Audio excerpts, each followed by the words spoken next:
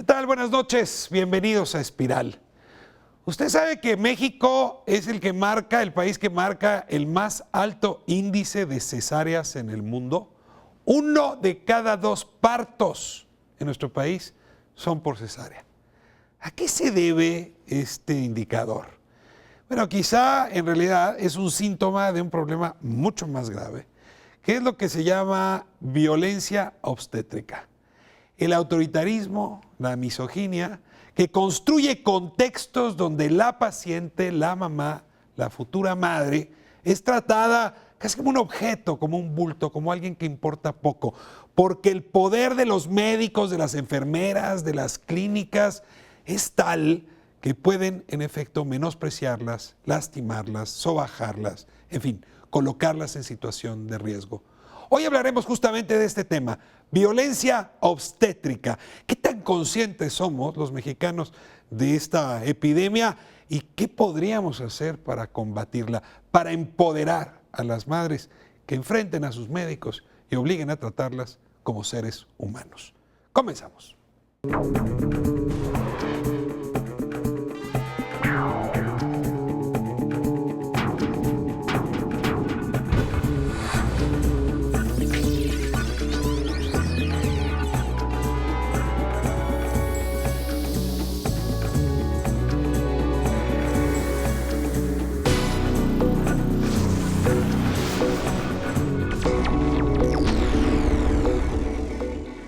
Bueno, pues para ingresar a esta conversación sobre el poder médico en contra de las mujeres, se hablan de poder obstétrico. Tenemos aquí a Yolot Figueroa, me da mucho gusto, Yolot, tenerte en Espiral. Bueno, ella es una promotora cultural, pintora en su momento, pero no está aquí en calidad de profesionista, sino como alguien que, pues hace algunos años, 8 años, enfrentó justamente, puedo aquí llamar violencia por parte de los médicos.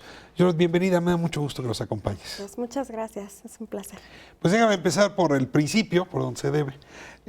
¿Cómo te fue en aquel embarazo? ¿En qué circunstancias ocurrió? ¿Cuál era el contexto? ¿Y qué tal te trataron los médicos en aquella ocasión?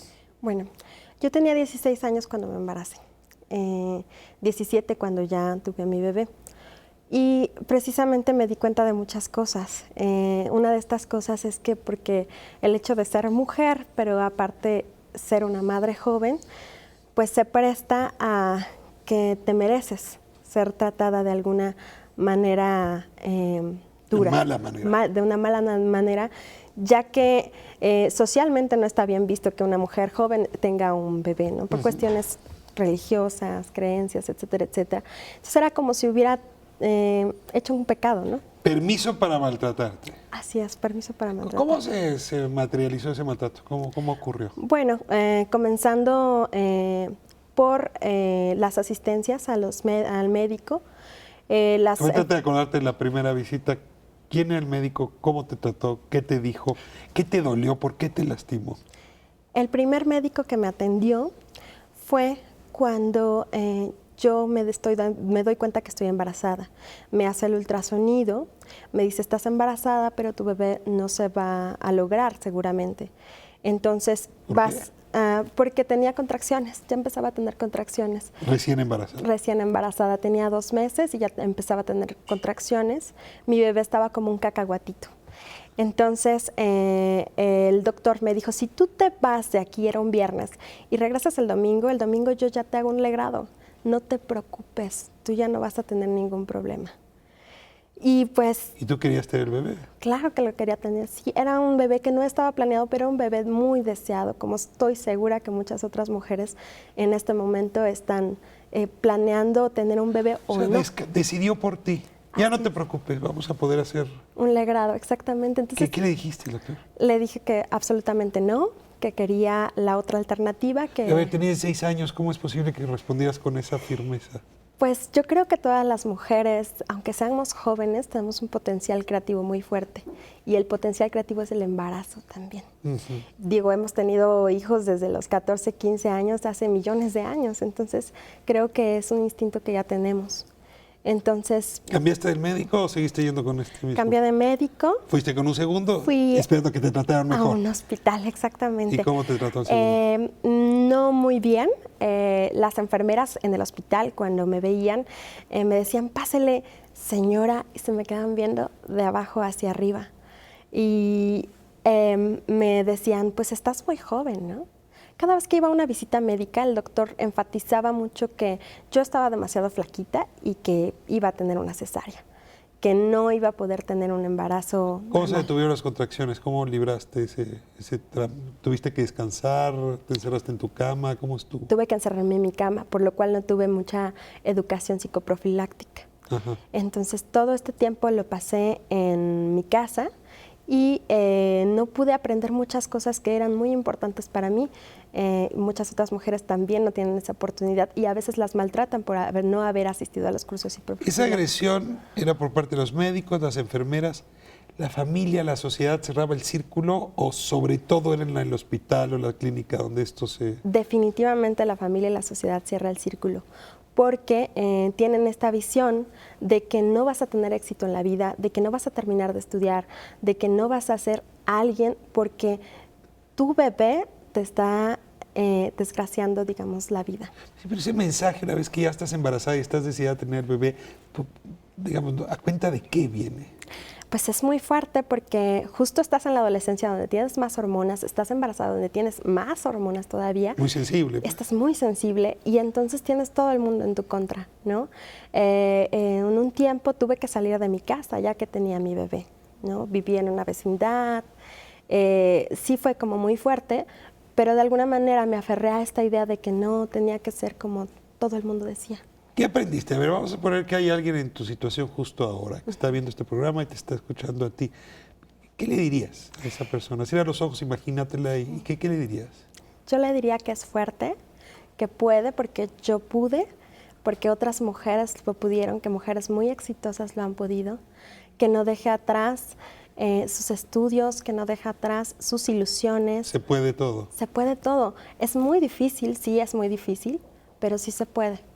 No, a ti te hicieron una cesárea, lo dijiste hace un momento. Así es. A ver, fue una decisión tuya. No. ¿Por qué fue cesárea? A ver, ¿cómo acabaste en la cesárea?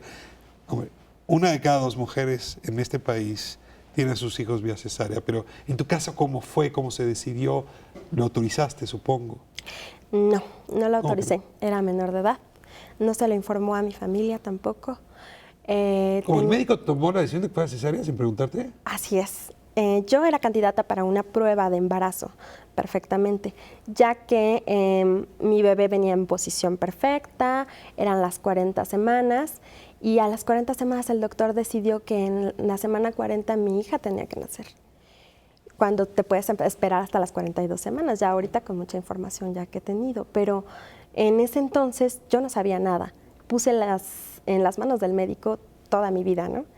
Y finalmente, cuando me doy cuenta que me engañó, pues fue algo muy fuerte. Pero a ver, de repente te dice, no hay otra, tiene que ser cesárea. Así es. Y tú no necesitabas cesárea. No necesitaba no habían, cesárea. Las contracciones no habían regresado, pero nada más. Así es. Yo me podía esperar hasta las 42 semanas, me iban a inducir el parto. Pero al decirme que me iban a inducir el parto, el doctor me cita un día y ese día no está. Y el día que no está, el otro doctor que me recibe me dice, ¿sabes qué? Es que te tenemos que hacer una cesárea, no te podemos inducir el parto, porque el medicamento está contraindicado, ¿no? Con tu situación, por supuesto, ya ahora dándome cuenta, en base a las evidencias científicas, pues las mujeres que tienen asma, preeclampsia, diabetes, son candidatas para una prueba de parto controlada. Y pues no se me dio esta oportunidad y en 30 minutos me metieron al quirófano. Pero antes de meterme al quirófano me dieron la dicha de estar junto a una mujer que había fallecido. Estuviste antes de parir con una mujer que había muerto. Así es, junto a mi lado. Yo no lo hubiera notado, había una cortina, pero los doctores iban revisándonos a cada uno de los casos con un séquito de enfermeras y de personal médico. Más. Exactamente, entonces llegaban y me metían la mano en la vagina, uno tras otro, para que vieran cuál era mi dilatación y aprendieran cómo pero pues era una situación sumamente incómoda. O sea, ahora que lo pienso, era una violación permitida. Y después pasan con este cuerpo de la difunta y dicen, ¿cuál fue la causa de la muerte de la madre? Todo eso lo estás oyendo. Así es. ¿Cuál fue la causa de la muerte del hijo? Entonces yo estaba que me moría de nervios, temblando, entré al quirófano, sola a los 17 años. Imagínense, no sé si alguno de los que pudiera haber tiene hijas que tengan 17 años, imagínense en esta situación. Era muy fuerte. Y entonces cuando entra al quirófano empiezan a ver que mi presión sanguínea, ya que me comienzan a abrir, empieza a subir. Después de lo que te habían expuesto, no era para menos. Así es. Y es ahí cuando la única persona que realmente me trató con mucho cariño fue el anestesiólogo. Me agarró la cabeza, me dijo, nena, tranquila, vas a tener a tu bebé, todo va a salir bien. Y entonces comenzó a descender mi presión sanguínea. Era emocional. Así es. Y cada vez que vamos a conferencias del grupo en donde estoy, que se llama Maternidad Empoderada, les digo a los médicos, sean ese ángel, que ese ángel fue para mí, ¿no? Que les ayuden a estas mujeres a pasar por ese momento tan difícil. Te hacen la cesárea, nace bien tu niño. Afortunadamente. ¿Hoy qué edad tiene? Hoy tiene 8 años. ¿Es un niño feliz? Es una niña hermosa, feliz, saludable y bueno, soy totalmente responsable de ella. Y parte de tu vida la has dedicado ahora a promover lo llamas empoderamiento. Así es. Con esto cerramos. Defíneme qué es eso de empoderamiento materno. Bueno, es poder brindarle a la mujer las herramientas perfectas para que ella por sí misma salga adelante. Se hace la situación en la que ella esté, ¿no? Y bueno, en este caso, que son maternidades empoderadas, pues darle esta herramienta a las mujeres que son madres que van a tener a sus bebés, que estén totalmente informadas para que estas cosas ya no sucedan y que nosotras como usuarias podamos exigir de alguna manera a los gobiernos, a los doctores, a todo para que esta situación, esta política pública cambie porque ya se institucionalizó. ¿Dónde ves el cambio posible? ¿En la transformación de la cultura del médico o en la transformación de la cultura de la madre? En las dos, porque a la medida que nosotras exijamos este cambio se va a ir dando poco a poco, ¿no? Y ejemplo de ello, pues ya son las tipificaciones de la violencia obstétrica en otros estados de la República. Hay esa tipificación, de eso vamos a hablar en el siguiente segmento. Pero no sabes cómo te agradezco la sinceridad, en fin, la generosidad de este testimonio que inspira a más de una reflexión. Sí, creo que ojalá fue sea así. Un trance durísimo. Ojalá y los seres humanos pudiésemos enfrentar las dificultades como tú nos has mostrado. Las enfrentaste después de este episodio. Muchas gracias. Y bueno, saludos a la niña. Muchas gracias, Juno. Regresamos en un momento, seguimos en Espiral. Vamos ahora a invitar a los especialistas, a quienes están cerca del quirófano, a quienes han combatido justamente este poder, mucho poder obstétrico que a tantas mujeres ha dañado. Regresamos. Desgraciadamente México tiene un muy alto índice de cesáreas y un muy alto índice de mortalidad materno-infantil. Finalmente es un negocio, representa un negocio, ¿no? Operar a tantas mujeres. Una cesárea se lleva a cabo de una manera muy rápida, ¿no? Todo está controlado y olvidan todo aquello que pueda acontecer después.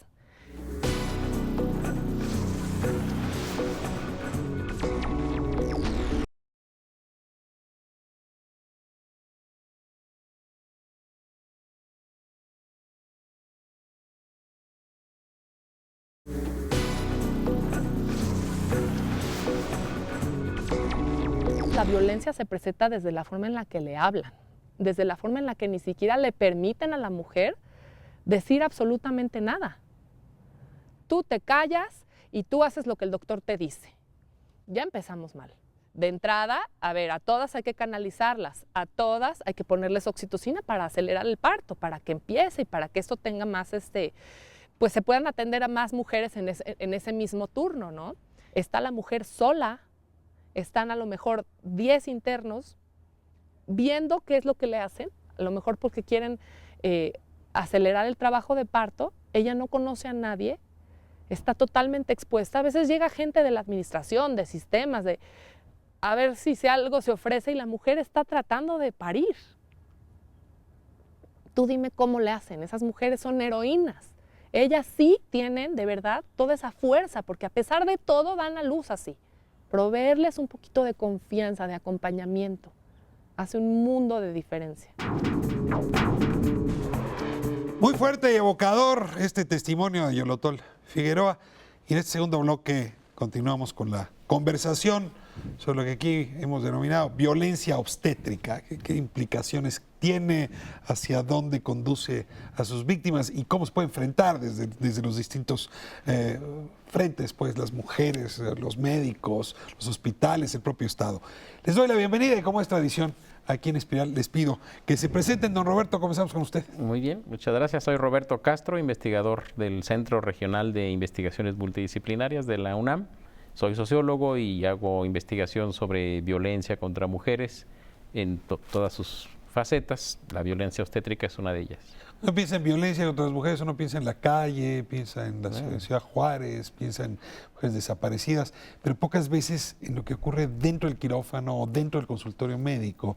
¿Por qué interesarse en ese tema? Bueno, porque es un área, es un espacio donde se violan los derechos humanos de las mujeres, como en otros espacios, y que no ha sido suficientemente visibilizada a este nivel de los medios. Las mujeres lo conocen desde hace mucho, por supuesto, pero ahora empieza, por fortuna, a tener un espacio esto en los medios y a darse la lucha por cambiar las cosas. Roberto, muchas gracias por estar aquí. Le vamos a sacar mucho jugo. Y tengo el enorme gusto de tener aquí a Mariana Laguarda. Bienvenida. Gracias, Ricardo. Yo soy Mariana Laguarda, soy madre de 2 hijos por parto psicoprofiláctico. Estudié de inicio Derecho en la Facultad de Derecho de la UNAM y después hice la especialidad para ser educadora perinatal, en otras palabras, instructora de psicoprofilaxis, y me dedico a dar cursos a mamás y papás que están embarazados, desde que tienen 4 meses de gestación hasta que el bebé nace.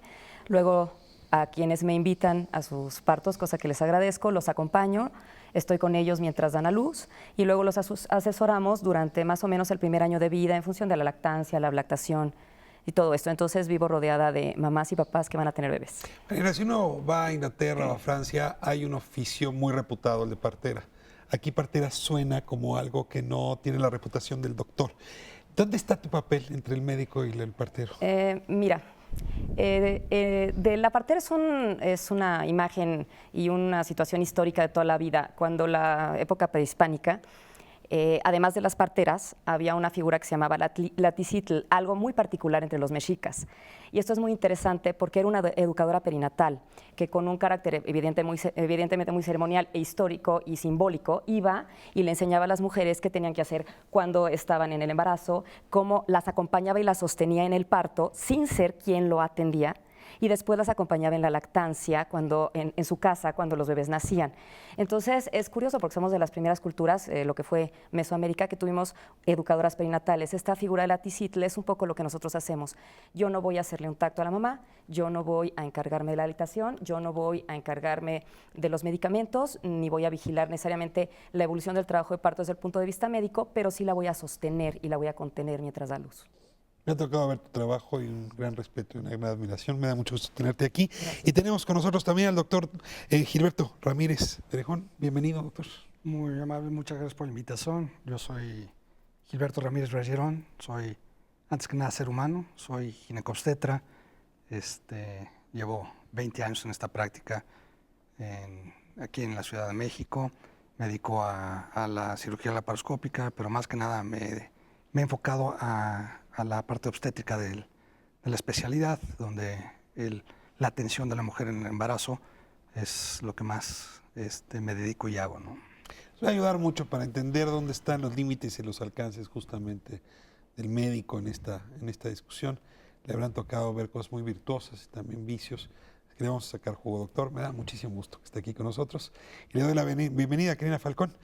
Bienvenida a Espiral.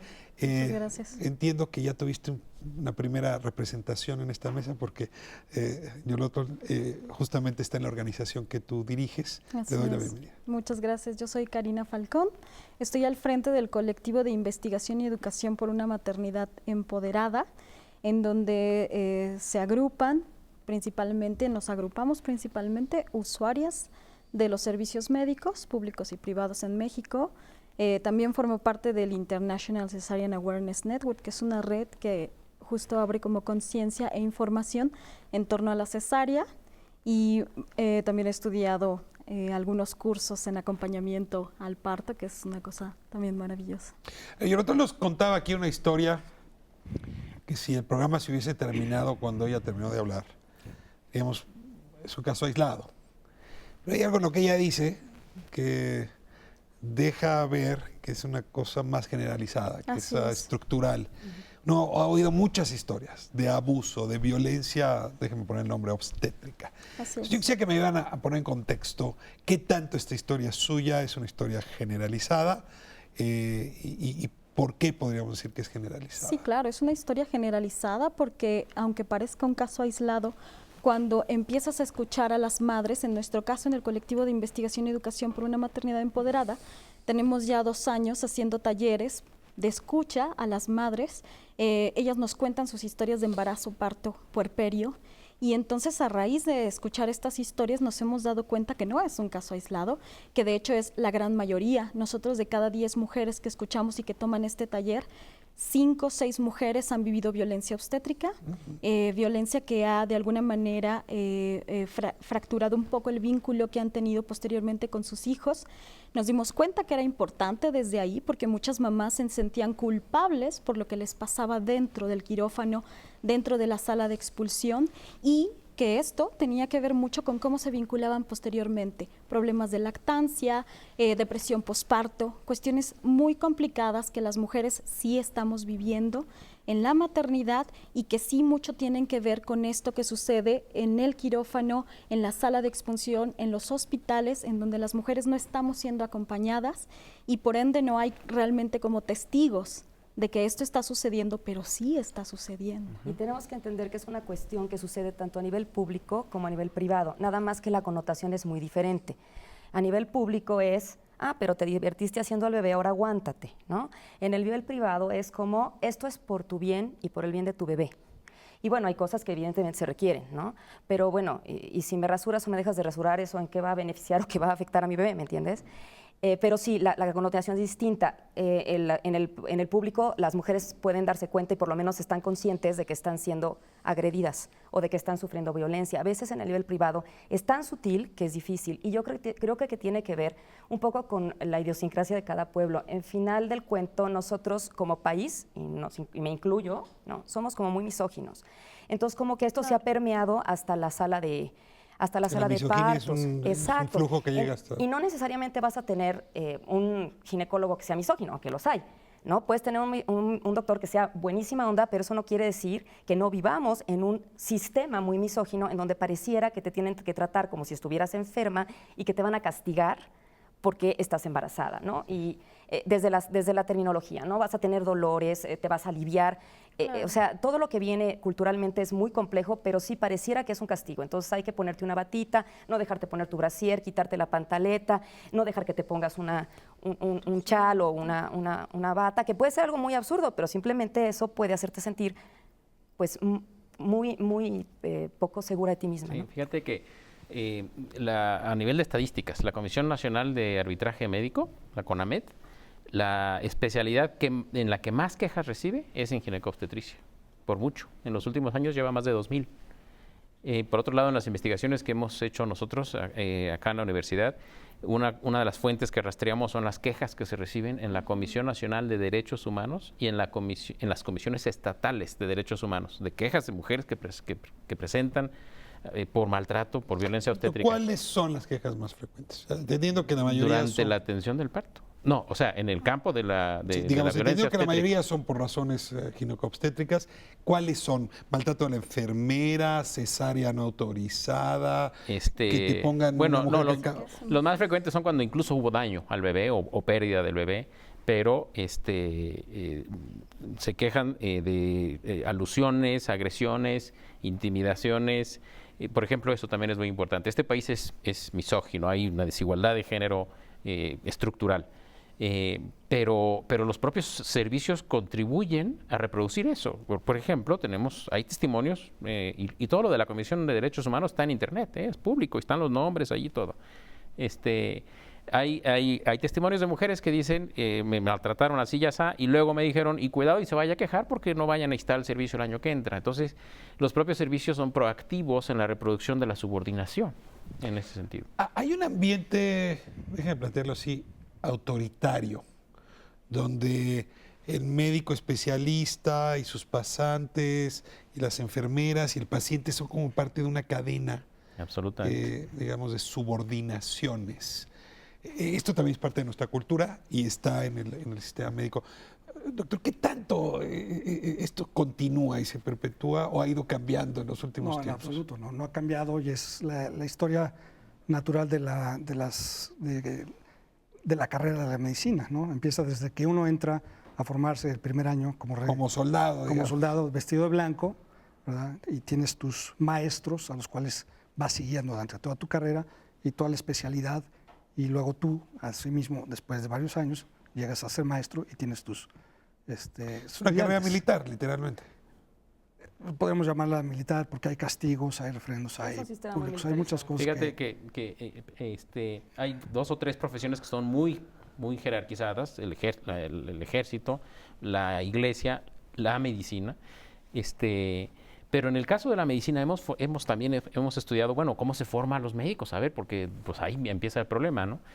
Y ahí ocurre algo que no se presenta en otras especialidades, que es que en la medicina, desde la licenciatura, el castigo es un vehículo de transmisión de conocimientos. Es decir, no se castiga porque se reincidió en una falta.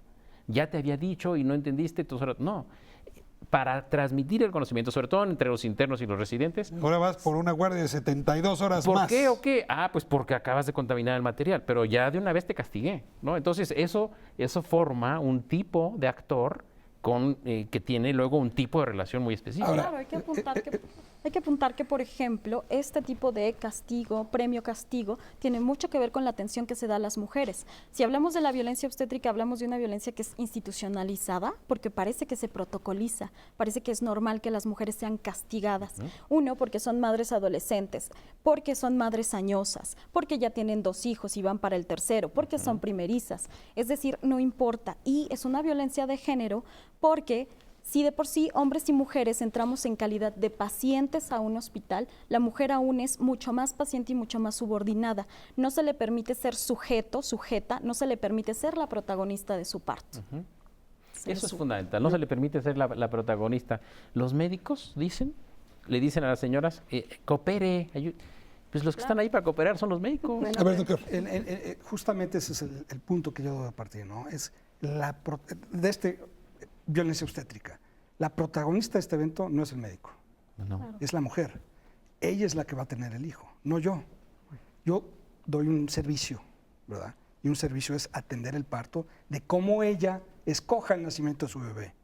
Es algo inmemorable por el resto de su vida, o debería de ser. Pero ¿estás de acuerdo que no es la opinión dominante? No, eso es la lo que estamos profesión. tratando de hecho, cambiar.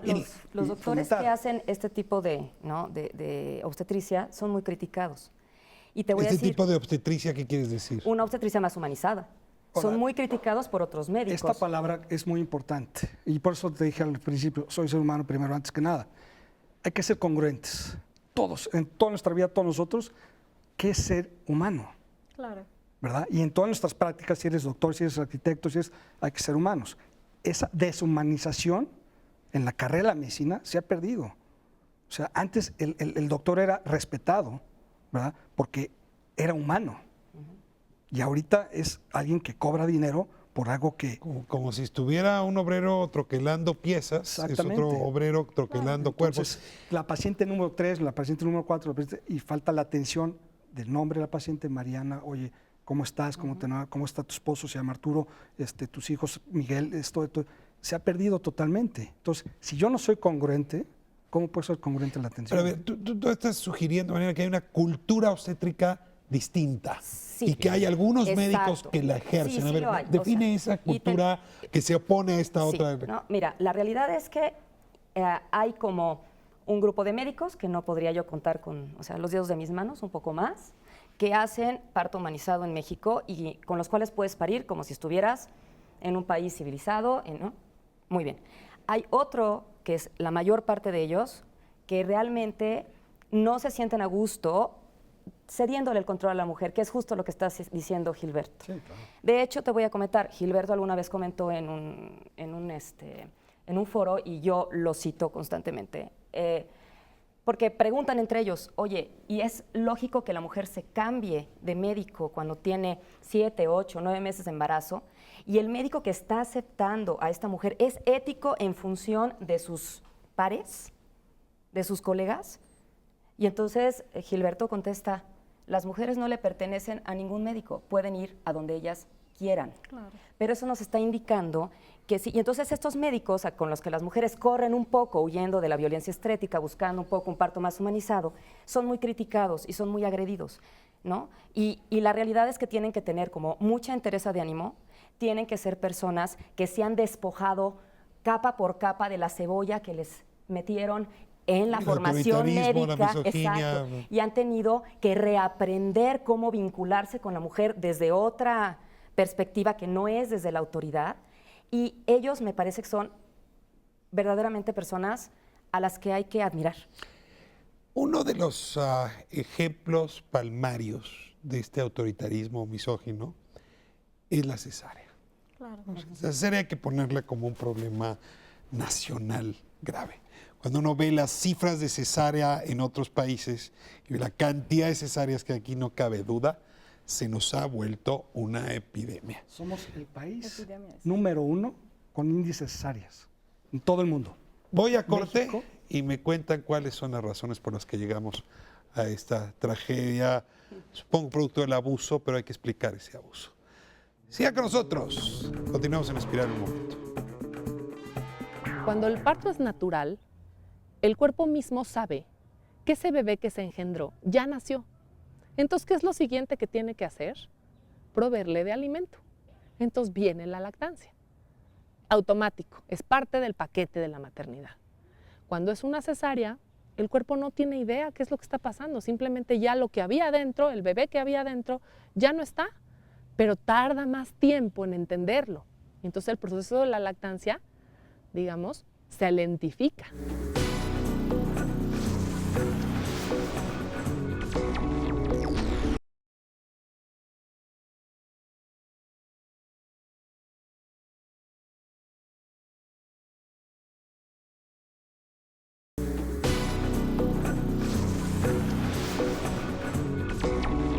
El nacimiento es digamos, un proceso que forma parte de nuestra vida, de nuestro ciclo de vida. Empezó a cambiar lo que era algo tan natural, un proceso tan natural, para hacerlo un proceso completamente dirigido y, digamos, masterizado por profesionales de la salud. La atención al parto se enfocó a que el doctor era el que dictaminaba todo lo que iba a suceder, cómo iba a suceder, sin importar qué es lo que estuviera sintiendo la mamá o cuáles eran los efectos sobre ese sentir, tanto físico como emocional de la madre en el bebé.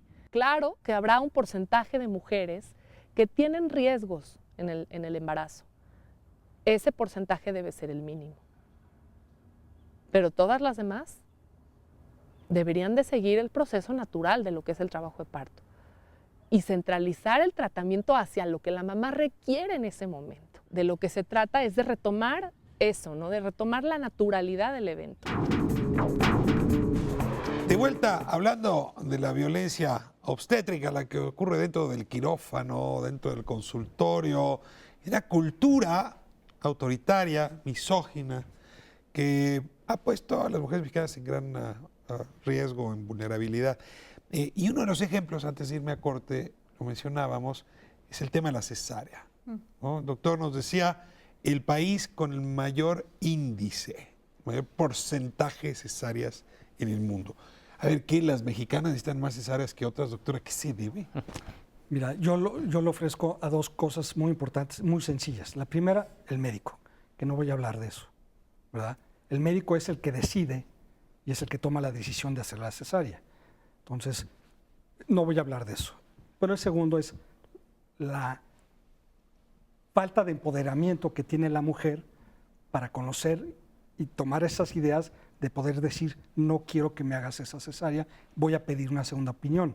A ver, déjate, tengo ahí. Dices, a ver, el médico debe tomar por razones clínicas la decisión de si se hace una cesárea o no. Pero yo tengo a muchos que dicen, tengo libre de 7 a 8. Me conviene que sea cesárea Así porque a es. las 9 quiero no, cenar con por mi mujer. supuesto. Y no voy a esperar a esta parturienta a que se le ocurra finalmente Mira. dar a luz. A ver, Entonces, ¿para qué estudiaste esta carrera? La obstetricia es el arte de la paciencia. ¿Sí? Acaba de salir ayer un consenso del Colegio Americano de Ginecología y Obstetricia acerca del parto y cómo debes de esperar todavía más horas, ¿verdad? Para dar la probabilidad y disminuir el índice de cesáreas. ¿por qué hay tanta cesárea en México? Bueno, a los dos factores que ya señala Gilberto, yo añadiría, hay estímulos estructurales. A nivel de la población que tiene derecho o acceso a seguros privados, los seguros pagan la ¿Pero sabes por qué pagan la cesárea ¿no? y no el parto? Porque el parto no es una enfermedad. Ah, necesitan medicalizarlo, claro. Entonces, la Claro. cesárea, el Bien. seguro dice, estás enferma, te pago. Bueno, pero ahí Oye, está. si es cesárea te lo va a pagar el seguro. Exacto. Ahora, ¿qué Esa pasa? es una- Pero ahora, hay eso es otro- seguros privados que ha de ser como el 3% de la población. Claro, pero en los Seguro hospitales social, públicos, ISSSTE, fíjate que Seguro está Popular. documentado también que está la sala de labor y de parto y de pronto se desocupa un quirófano, en ese instante se manda a una a A ver, cesárea. entiendo una cosa. Porque está saturado el quirófano, hay que aprovechar un quirófano libre y entonces la cesárea ayuda. Claro, es decir, el determinante de que se produzca una nueva cesárea no es la necesidad específica, sino la disponibilidad, la posibilidad de hacerlo. Eso está documentado Es que tú científicamente. dijiste algo muy importante. Una razón clínica por la cual debe ser una cesárea. Ok, hay indicaciones claras de la cesárea. Nadie en su sano juicio pensaría que una mujer que requiere una cesárea no deba ser operada. ¿No? O sea, eso es yo creo que algo que tenemos que poner Sí, se sobre la hace el mesa. checklist y además debe estar más que claro ¿No? cuándo Y las se hace. personas que estamos cerca de las mujeres que están embarazadas, pues somos las que más nos alegramos de que hay una vía alternativa cuando esto no puede funcionar. Porque sabemos que si lo llevamos a un extremo, esto puede ser una tragedia. Claro. Entonces, qué bueno que haya cesárea. Qué bueno que hay una cesárea. El problema no es el recurso, es el abuso del recurso. Así es. Finalmente, Y yo se lo achacaría, entre otras muchas cosas que ellos ya mencionaron y que son muy ciertas, a dos cosas. La primera, la programabilidad. ¿No? En la posmodernidad, poder programar algo implica que tu tiempo tiene un costo. Y además eso ayuda a romper la incertidumbre, muy difícil para asumir para el ser humano, de cuándo va a nacer este bebé. ¿No? Entonces, a todo lo que ellos han dicho, yo añadiría esas dos. Ya no tengo la incertidumbre. Mi bebé está programado para tal día. La abuelita puede Viernes llegar, 8 de la noche, semana la 41. abuelita puede llegar peinada. Y podemos programarlo. Y programarlo en una, como decía Gilberto, en una ciencia de la paciencia, en donde tú hay veces, o sea, yo vengo sin dormir 3 noches. Entonces, si tú no te quieres desvelar, pues es ideal. Cambia de oficio. Y en relación a los seguros, yo añadiría, ¿qué sucede? Que al doctor que atiende por seguro le pagan 3 pesos. Entonces, cita una a las 8 de la mañana, otra a las 9 de la mañana, otra a las 10 de la mañana para cesárea. Se va, se baña, se viste, llega a su consulta a las 11. Por volumen va a haber una cada 15 minutos. Y luego regresa y opera las otras 3. Y así ya sacó, el dinero que siente que merece por lo mucho que estudió. Y eso nadie se lo discute. A ver, final de voy a hacer cuentas- una pregunta muy rara, Karina. ¿Por qué está mal una cesárea? Ya oí todas las razones que conducen a una cesárea, pero decía el doctor, es que también se debe a que las mujeres no se defienden, no se empoderan. Y hasta lo Pero yo me empodero frente a algo que sé que está mal. Si intuyo que a lo mejor la cesárea no es tan mala, ¿para qué me empodero frente a eso? ¿Por qué es mala una cesárea? Bueno, hay que pensar que estamos también en la era de las cosas en serie y de las cosas rápidas. Entonces el parto se ha vuelto también una cuestión en serie y una cuestión que se quiere rápido. Y aparte se quiere rápido y se quiere limpio, se quiere nítido. El parto de alguna manera tiene que ver con esta paciencia, tiene que ver con este esperar. Pero también es verdad, el parto es un evento fisiológico, es un evento natural. Y cuando se lleva al hospital, se comienza a patologizar, se comienza a medicalizar y a intervenir. Ahora, ¿por qué es, entre comillas, mala? Realmente no es mala. El abuso es lo que está haciendo malo. El abuso es lo que está interrumpiendo incluso muchísimas cuestiones que pasan en el parto y en el puerperio de la ¿Por mujer. qué una mujer debería preferir no tener una cesárea que sí tenerla? Porque sencillamente el índice de morbo y mortalidad es 3 veces más grande en una cesárea que un parto. Entonces implica ¿De la mamá o del bebé? del bebé y de la mamá. O sea, la cesárea incrementa la posibilidad de muerte de la mamá claro, y del bebé. por supuesto. De muerte y de en enfermedad, cesárea sí. que por parto. Entonces yo siendo médico, ¿por qué me voy a ir o inclinar hacia una cesárea si sé que implican más riesgos? Es lo que no entiendo. A ver, el mensaje público es que la cesárea es certidumbre y el parto es incertidumbre. Usted me está diciendo exactamente lo contrario, Claro. doctor. Ese es culturalmente México. Punto. México, En el el resto del parto, mundo eso no es así. Pues ve las estadísticas. Las En México, estadísticas prueban que el resto del mundo están haciendo bien. No me voy muy lejos. No vamos a Estados Unidos, tiene un alto índice de cesárea, 30%. ¿Verdad? Es nuestro país. Y están sacando reformas y reformas para disminuir ese índice de cesárea. Bajan al El 17, índice de suben al Finlandia, 24, van de a 30, Irlanda, sí. son de 10, 15%. Así es. Hay poblaciones enteras en Holanda donde hay 5% de cesárea. Así La es. recomendación de la Organización Mundial de la Salud es 10% para mujeres de bajo riesgo, 15% para mujeres de alto riesgo. Punto. Punto. Ahora, al día siguiente, la cesárea implica una relación distinta entre la mamá y el bebé. Así es. Implica una lactancia distinta. Sí. Implica una recuperación distinta. Sí implica, pero estábamos tratando de que no sea así, aun cuando sea cesárea. Que esa es la parte donde otra vez fomentamos Que sea otra vez humanizado. la humanización de este Pero nacimiento. es que voy a este A ver. segundo momento. El tema de la lactancia me tiene sorprendido. No sé si estoy juntando variables que no debería yo poner No, en están relación, todas pero, en el mismo... pero a ver, Pero es es claro. un país con muy alto índice de cesárea y cada vez con Más un bajo bajo índice de Te voy a lactancia, una decir, semana, 2 o de eso- plano nada. Eso puede tener ¿Por qué? muchas razones. Una, cuando tú estás en trabajo de parto, secretas una enorme cantidad de hormonas. Entre ellas, una de las hormonas que secretas en forma muy importante es la prolactina, que es la hormona que produce la leche. Digamos que tu primer secreción importante de prolactina, ¿no?, en tu proceso de embarazo, parto y posparto, es en el trabajo de parto. Y eso te da como un primer empujón para que se te facilite, no estoy diciendo que sea regalado amamantar, pero se te facilite después. También resulta que la prolactina está asociada a conductas de maternaje. Entonces, si tú permites que la mamá amamante, desde el punto de vista instintivo, subrayo para que no se diga que yo dije que las mamás que no, no. Desde el punto de vista instintivo, le va a ser más fácil desde asumir que tiene que cuidar a este bebé cada 12 horas, ¿no?, hasta apegarse con él desde el punto de vista de las endorfinas, etcétera. Todos estos procesos naturales, si nosotros sobre todo tenemos cesáreas programadas sin contracciones, en donde la mujer no empezó el proceso en forma natural, vamos a tener enormes problemas que a lo mejor no vemos de principio. Así En es. países civilizados se considera que cuando tú le quitas al bebé, a la mamá, 2 minutos, ya estás separado de ella. Y Es aquí un Sí, fenómeno. muchas veces que se las tiene que mamás... y está estudiar. vinculado a que Sacándose los cambian análisis de mamadas. horas. Sí, claro. Roberto, estás fuera de la discusión, así es que sí No, me gustaría... bueno, están en cosas más, más técnicas, más clínicas específicamente, pero de lo que estamos escuchando es del autoritarismo médico. El médico, el aparato médico, el sistema médico define los términos en los que debe ocurrir un proceso que es natural, en realidad. Ahora, nada más, para entender un poco la complejidad del asunto. También es cierto que en las instituciones públicas de salud las condiciones de trabajo de los médicos son muy complicadas. Tienen que atender a un montón de pacientes en un pequeño lapso de El tiempo. número en de fin. médicos por número de pacientes no Así se es. conoce. Eso no justifica las cosas, Claro. pero nos ayuda a entender que estamos ante un problema complicado con determinantes estructurales. No es nada más un problema de mala voluntad de los médicos, ni mucho menos. Es mucho más complicado que eso. A ver, vamos hacia la recta final del programa y sí, no quisiera quedarme solamente con estos elementos de diagnóstico.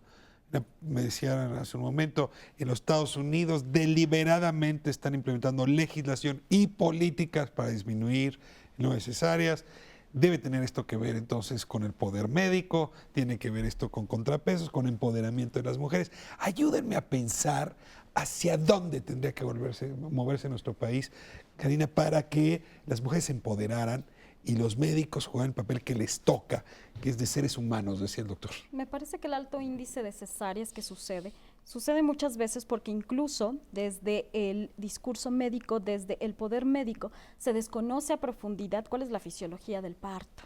Se desconoce a profundidad que no tienes que estimular de cierta manera a la mujer, que se estimula de esa manera cuando entra a los hospitales y que debes estimular el otro lado, ¿no? Que es con las luces bajas, que es no estimular el lenguaje, que es darle la posibilidad de que ella pueda soltar todo este cóctel de hormonas que hablaba Mariana y que solito desatan un trabajo de parto exitoso, un parto maravilloso y una lactancia divina. Y esto no se está permitiendo. Entonces, de inicio habría que reestructurar la parte institucional, la parte de los hospitales y sacar al parto, que es un evento natural, de un hospital en donde solo se atienden enfermedades. Hay que sacarlo del hospital, hay que llevarlo a casas de parto, hay que reestructurar el discurso médico, hay que empoderarnos como mujeres. Empoderarnos es informarnos, formarnos y conocer más a conciencia, no solo la fisiología del parto, sino también nuestros derechos. ¿Qué hay con mis derechos humanos, mis derechos reproductivos, mis derechos sexuales? Y así articulados, gobierno, articulado médicos, articuladas mujeres, podemos sacar adelante esto que realmente no es un problema.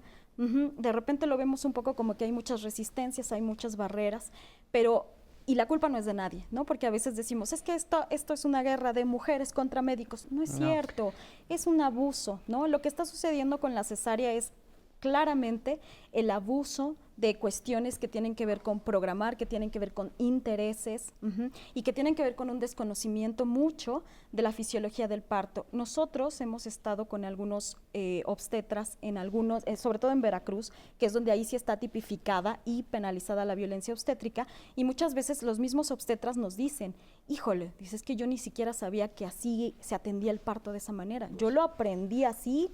Doctor Ramírez, vamos a suponer que el gremio, después de este programa, lo aplaude y lo eleva por su ética y su sentido humano, y lo nombra secretario de Salud. ¿Qué política emprendería usted contra la violencia obstétrica desde esa silla? Lo primero y más importante es empezar de la formación de la escuela, es la humanización del médico como ser humano, ¿verdad? Conocer que nosotros somos seres humanos y de ahí parte toda la medicina, ¿verdad? Ser congruente con lo que pienso, con lo que siento. Regresar la ética al quirófano. Totalmente, la ética al consultorio, empieza por ahí, desde el discurso que yo le digo a mi paciente. Sí, mijita, vas a hacer parto, no te preocupes, ¿verdad? Cuando por dentro sabe que él el 19 se va de vacaciones de diciembre y sabe que lo va a programar para el día 18. Entonces, a partir de la carrera, a todos los estudiantes, empezar con una carrera otra vez nueva, con unos cursos de humanismo, ¿verdad? Con unos cursos de psicología, con unos cursos muy aparte de regresar a la esencia de por qué somos médicos, ¿no? De por qué estamos estudiando esta carrera. Entonces, desde la formación. Desde la formación. Pero, desde la Voy a formación. hacer conclusiones, ¿eh? Sí, Propuestas. sí, desde la formación, pero en esta investigación que hemos hecho, hemos mostrado la importancia tanto de la agenda oficial, que son las materias, y en eso se puede meter un curso o dos más de ética, como de la agenda oculta. Allí tiene que trabajar la profesión médica. Oculta? El conjunto de enseñanzas, conminaciones, insinuaciones, mensajes que se le mandan a los médicos desde que están en la carrera, que no están codificados en ningún libro, que no son parte de ningún curso específico, pero que son la parte definitoria de lo que es ser médico. Son las venas por donde se transmite el autoritarismo. Exactamente. Allí más. Los cursos de ética sirven, nunca sobran, pero ese no es, ¿Qué le pediría la CONAMED? ¿Qué le pediría la Comisión Nacional de Derechos Humanos? ¿Qué le pediría la dirección del IMSS, del ISSSTE? Que se integren a este trabajo colectivo de reflexión, de análisis y de búsqueda de las transformaciones específicas. Cada institución tiene cosas que hacer. Estamos cerrando. La pregunta directamente, ¿qué le dirías a una mujer que hoy o ayer se enteró que está embarazada?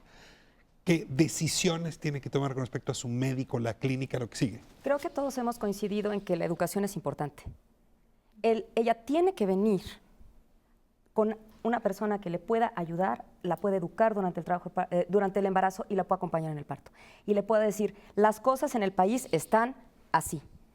Estos son tus derechos, ¿no? Esto es a lo que puedes optar. Finalmente es tu decisión, porque nosotros no vamos a incurrir en que así tienes que hacer las cosas, porque entonces estaríamos haciendo la misma fregadera, ¿no? Tendremos que decir, tú eres responsable de tu bebé, tú eres quien tiene que decidir cómo quiere parir, estas son tus alternativas, elige. ¿Y dónde se encuentra esa persona aparte de ti? No, sí hay. Hay una asociación completa que es danos los datos. la ¿A dónde? Asociación de Psicoprofilaxis. No recuerdo el teléfono porque Sí, no pero lo la recuerdo. Asociación de Psicoprofilaxis. ANIP se llama. ANIPP. Maternidad empoderada. Lo están Ahí viendo justamente ahora en el súper los datos. La organización de ustedes, Karina, ¿cómo se llama? Colectivo de Investigación y Educación por una Maternidad Empoderada. Que también pueden dar datos. Maternidadempoderada.org. Entonces, acude a Claro. alguien que te asesore. ¿Y qué más? Claro. ¿Qué más? ¿Cómo le das para elegir médico? A ver, para saber si ese médico está pensando que se va a vacaciones el día 19 y por lo tanto va a ser... Bueno, es que tienes que ir a donde está la información. ¿Y dónde está? ¿Quién En los califica centros de México? psicoprofilaxis está la información. También hay que saber cómo hablar con los médicos. Sí. Si tú te le aproximas a un médico desde el punto de vista de soy tú igual y quiero que me digas qué vamos a hacer, ya la regaste. Si tú quieres que tu doctor te diga qué va a hacer, tú tienes que ser una mujer asustada y un padre ignorante que le preguntan cómo van a hacer las cosas. Es probable que desde ahí el doctor sí te diga, lo mejor que puedes hacer es esto. La actitud define mucho. Y es importante, por último, bajar toda esta información, toda esta educación, información a las mujeres de manera gratuita. O sea, sí hay que empezar a hacer programas Y nacionales. hay que llevar acompañantes a los partos. Eso Sí, bajaría claro. los Eso. costos, Que se permitan las cesáreas, acompañantes los a los bloqueos. Acompañantes a los pactos. Y eso para que no estén se solos. pagarían solas las dulas y nos disminuirían enormemente las Pero eso implica una transformación del Y sector una público educación enorme. profunda, Cierro. claro. Les agradezco muchísimo esta Gracias. conversación. Me siento ofendido, agraviado por lo que escucho y al mismo tiempo esperanzado porque hay soluciones. Ya hay Sí. soluciones. Y bueno, la Secretaría de Salud ya tiene un modelo de atención al parto con un enfoque humanizado, seguro e intercultural. Revisemos. Valdría la Le pena. agradezco muchísimo que nos haya acompañado esta noche, que nos haya permitido entrar a sus hogares. Nos vemos próximo miércoles aquí en Canal 11. Gracias por estar en Espiral y por haber puesto esta inteligencia y estas experiencias en la conversación. Nos vemos la semana que entra. Gracias.